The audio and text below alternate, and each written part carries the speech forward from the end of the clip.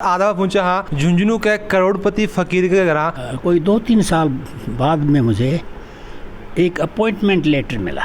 मैंने कहीं अप्लाई किया था, ये यूनिवर्सिटी ऑफ रोड आइलैंड से आया था। और उसके बाद में मैंने कहा मैं इंडिया जाना चाहता हूँ। कि क्यों जाना चाहते हैं, आपको पैसा ज़्यादा चाहिए या हमसे नाराज़ हो? मैंने कहा नहीं, तो मुझे पैसा चाहिए ना आपसे नाराज़ हूँ। साइंस कॉलेज खोली, उसमें 38 लड़कियों से शुरू किया। अब कोई 1,500-2,000 करीब लड़कियाँ पढ़ती हैं। अम्बेडकर ने कहा है कि शिक्षा शेरनी का दूध है, तो जो शेरनी का दूध पिएगा वो शेर होगा। तो उरा की लगभग सारों पीसों थे दान दे दिया करता है कि वापस जाने के लिए भी ताकन पिसा को नहीं करता। अब इनोवेटिव तरीके से रीट्स मेंस LDC CET की करें तैयारी फ्लीकी एजुकेशन के साथ। ऑनलाइन लाइव क्लास और रिकॉर्डेड क्लास के लिए डाउनलोड करें Fleeky app. Offline centre Gopalpura bypass Jaipur.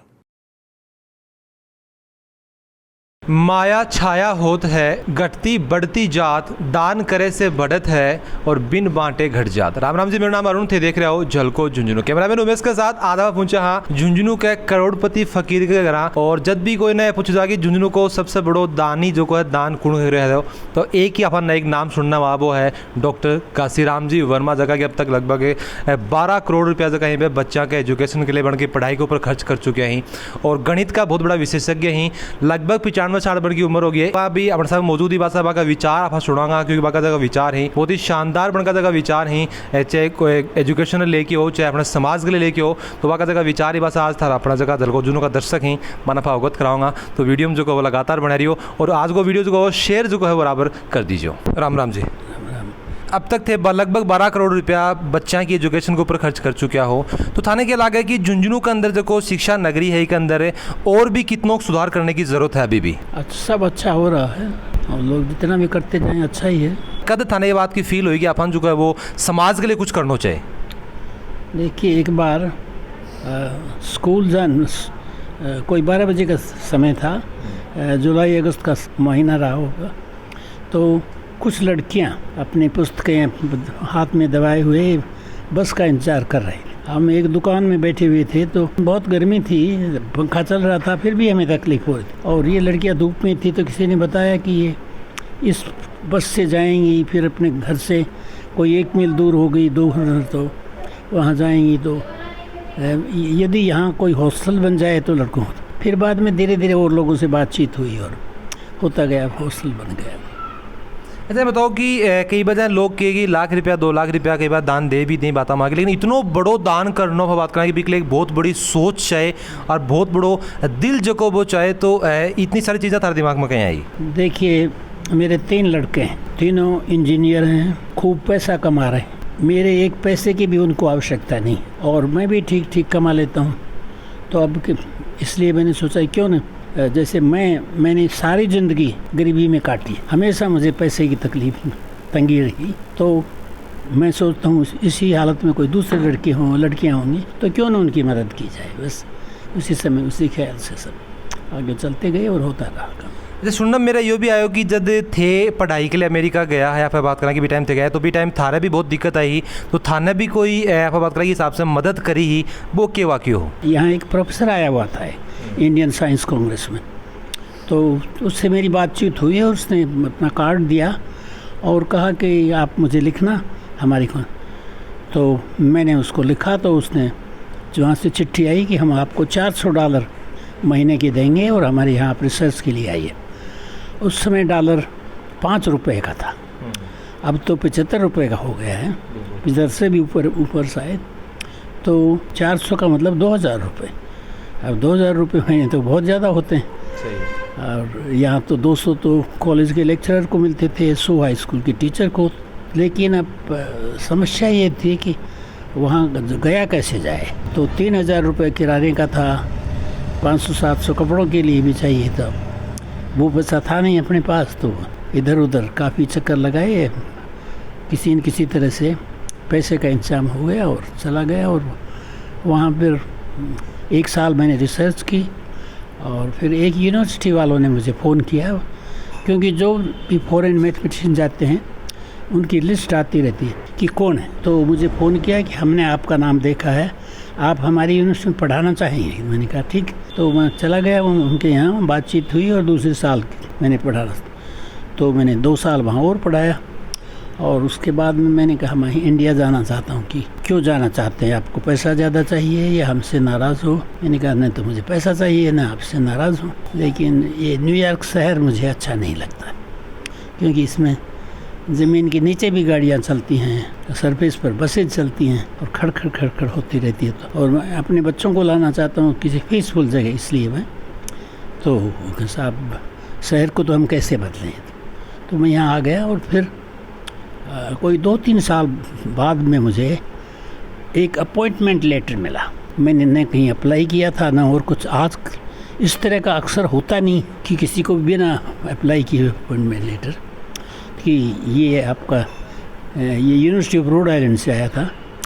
मुझे तो ये भी पता नहीं था कि रोड आइलैंड यूनिवर्सिटी कहाँ है, लेकिन ये पता था कि रोड आइलैंड एक छोटी सी स्टेट, न्यूयॉर्क से थोड़ी दूर। फिर मैंने जो मेरा पुराना चेयरमैन से उससे बातचीत की कैसे ये हो गया। तो उसने कहा कि ये रोड आइलैंड यूनिवर्सिटी का चेयरमैन एक मैथमेटिक्स की कॉन्फ्रेंस में आया था। तो हम बात कर रहे थे तो वो कहने लगा कि हमें एक अप्लाइड मैथमेटिक्स की प्रोफेसर की ज़रूरत है। तो हमने आपका नाम सजेस्ट किया। तो उसने बताया कि अब कैसे उनको इनवाइट करें, कैसे। तो मेरे पुराने चेयरमैन ने ये कहा कि तुम उसको अपॉइंटमेंट लेटर भेज दो। तो उस प्रोफेसर ने कहा कि किस बेसिस पर भेज दें। तो कहने का एक पत्र मैं लिखूंगा, एक मेरी यूनिवर्सिटी का फिजिक्स का चेयरमैन और एक केमिस्ट्री का, तीनों सब्जेक्ट्स के स्टूडेंट्स को उसने पढ़ाया है। वो सब बड़े खुश हैं। तो इन 3 पत्रों के आधार पर आपको, और कि आप तो भेज ही दीजिए, ये लेटर आपके पास पहुंच जाए। तो वो लेटर चले गए और मुझे अपॉइंटमेंट लेटर मिल गया, मैं चला गया बस। अच्छा बताओ कि ज़्यादातर आप बात करें कि लड़कियां की एजुकेशन के ऊपर तो ज़्यादा ध्यान दियो है, लगभग 12 करोड़ रुपया दान कर चुके हो। तो थारो के मानना है कि झुंझुनू के अंदर लड़का ने भी हेल्प करने की ज़रूरत है, ज़्यादातर लड़कियां ने ही अब बात करें कि पैसा की या फिर एजुकेशन की ज़्यादा ज़रूरत है? वैसे दोनों को ही ज़रूरत है, लेकिन लड़कियों तो हम बिल्कुल ही नहीं पढ़ाते थे। तो मैंने कहा इनको भी पढ़ाना चाहिए। और हमने यहाँ कॉलेज तो बहुत हैं यहाँ आर्ट्स की, BA में बहुत सी लड़कियाँ, उनके पास कोई जॉब नहीं है। तो मैंने ये डिसाइड किया है कि हम साइंस कॉलेज खोलेंगे। उसमें mathematics, physics, chemistry, botany, geology और कंप्यूटर साइंस। तो हमने साइंस कॉलेज खोली। उसमें 38 लड़कियों से शुरू किया। अब कोई 1,500-2,000 करीब लड़कियां पढ़ती हैं। आज तक का ये रिकॉर्ड है कि हमारी कॉलेज की एक भी लड़की ऐसी नहीं है जिसको ये एजुकेशन ख़त्म करने के बाद में जिसको जॉब नहीं मिला। सभी को जॉब मिल जाता, क्योंकि साइंस की बहुत कम लड़कियां। जब हमने ये कॉलेज स्टार्ट की थी तो हमें मैथमेटिक्स की प्रोफेसर कोई लेडी नहीं मिल रही थी। आज हम इतनी मैथमेटिक्स में प्रोड्यूस कर रहे हैं कि सारे हिंदुस्तान की कॉलेजेस को दे सकते हैं। अच्छा बताओ कि झुंझुनू को जो था ना करोड़पति फ़कीर का नाम से एक ऊपर टैगलाइन एक लागी है, बी का पीछे की क्या कहानी है? वेल ये है कि फ़कीर वो है जिसके पास कुछ भी नहीं है। तो मैं जो कुछ आता कमाता हूँ, यहाँ आता हूँ तो वो दे देता हूँ संस्था, तो इसीलिए।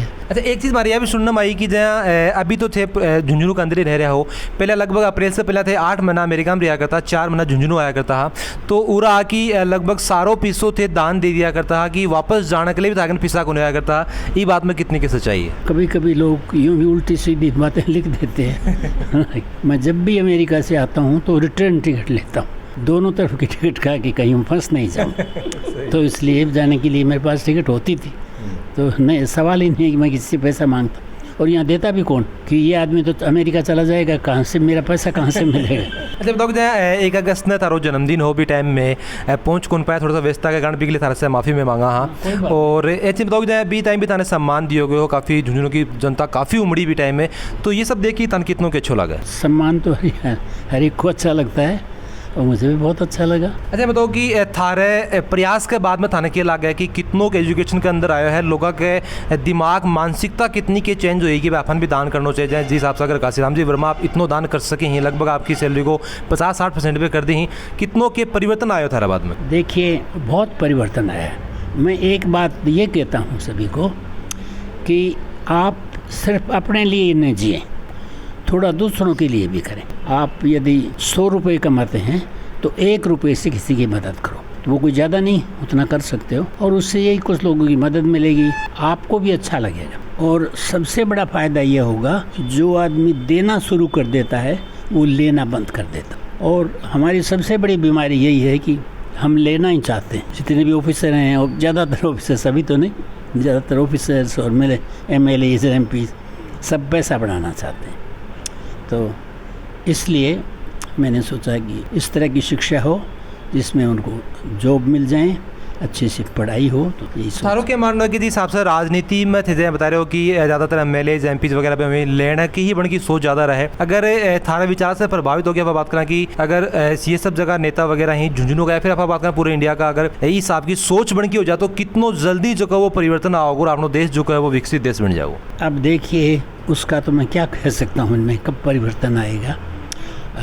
आजकल ऐसा लगता है कि ज़्यादातर लोग सिर्फ अपने बारे में ही सोचते हैं, किस तरह से पैसा कमा लूँ, किस तरह ये कर लूँ वो कर लूँ, दूसरों के बारे में कम ही सोचते हैं लोग। यहाँ के सेठों ने बहुत सोचा है, अपने यहाँ एरिया में सेठों की बहुत स्कूल है, जैसे बिरलाज हैं, डालमियाज हैं, पोदार हैं, चमड़िया हैं, लोहिया हैं। इन सेठों ने अपने गाँव में स्कूल और कॉलेज खोली और उनमें कोई फीस नहीं थी किसी भी तरह की, और कुछ बच्चों को स्कॉलरशिप भी देते थे रहने की। तो सेठों ने बड़ा उपकार किया हमारे हम एजुकेशन में आगे 2 चीज़ें थी। एक तो आर्य समाज ने हमें ये कहा कि विद्या ग्रहण करो, पढ़ो खूब, और दूसरा पढ़ें कहाँ, तो स्कूल। तो सेठों ने स्कूल बना दी, हम पढ़ ली। हमने एक पुस्तक छपवाई है, मरुधरा के शिक्षा अनुरागी सेठ। तो हमने इन सेठों की सभी की बड़ी तारीफ की है, इन्होंने बहुत अच्छा काम किया है। और झुंझुनू जिले तो शायद सबसे आगे हिंदुस्तान की, फिर सीकर भी आ गई है, और इधर चूरू भी ठीक है, दोनों ही, लेकिन झुंझुनू औरों से आगे है। और यहाँ केरला में सबसे ज़्यादा बताते हैं, लेकिन अपने यहाँ झुंझुनू में भी किसी से कम नहीं।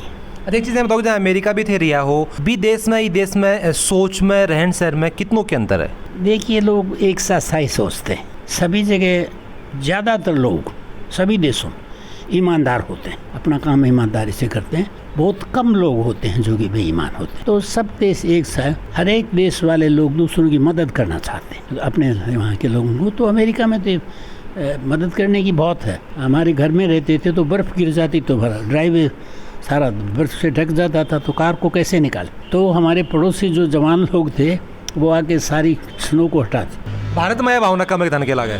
भारत में अच्छा ही लगता है, जब यहाँ आ गया हूँ तो लोगों से मिलना जुलना हो जाता है। लास्ट सवाल थर्माइश कर लो कि जब बच्चा ने थे के संदेश देना चाहो कि पढ़ाई जो है वो कितनी ज़रूरी ज़िंदगी के अंदर है, और के तरीके से वे पढ़ाई करें कि आपकी ज़िंदगी के अंदर सक्सेस हो पाए? देखिए, अम्बेडकर ने कहा है कि शिक्षा शेरनी का दूध है, तो जो शेरनी का दूध पिएगा वो शेर होगा, तुम्हें किसी का डर नहीं रहेगा। तो मैं तो यही कहता हूँ जो अम्बेडकर ने लिखा है, आप शिक्षा ग्रहण करो, खूब पढ़ो, योग्य बनो और दूसरों की भी मदद करो। और एक मैं ये भी कहना चाहूँगा कि आप जिस स्कूल में या जिस छात्रावास में कहीं रहते हैं, तो कुछ लड़के ऐसे हैं जो कि आपसे कमज़ोर हैं। आपको अगर तो यदि आप उनकी मदद करें तो उनको तो फ़ायदा होगा ही, लेकिन आपको भी फ़ायदा होगा, क्योंकि आपको ये लग जाए किस तरह से पढ़ाया जाए दूसरों, तो ये आपको मुफ्त में मिल जाएगा। तो इसलिए जो मैं हमेशा ये कहता हूँ कि लड़कियों की 4 लड़कियां एक कमरे में रहती हैं, तो उनमें से भाई एक होशियार रहनी चाहिए जो इन तीनों की हेल्प कर सके। तो हम यही करते हैं, तो वो जब भी उनको ज़रूरत पड़ती है उससे पूछ लेती। राम राम जी। राम राम जी। मैं बताऊँ कि जी साहब से आप बात करा कि डॉक्टर घासीराम जी वर्मा झुंझुनू के लिए करो है, बहुत ही कम लोग इतना कर पाए। 12 करोड़ रुपया आप खाने में बहुत ही कम जोर आवा, लेकिन खर्च करता बहुत बड़ो दिल चाहिए।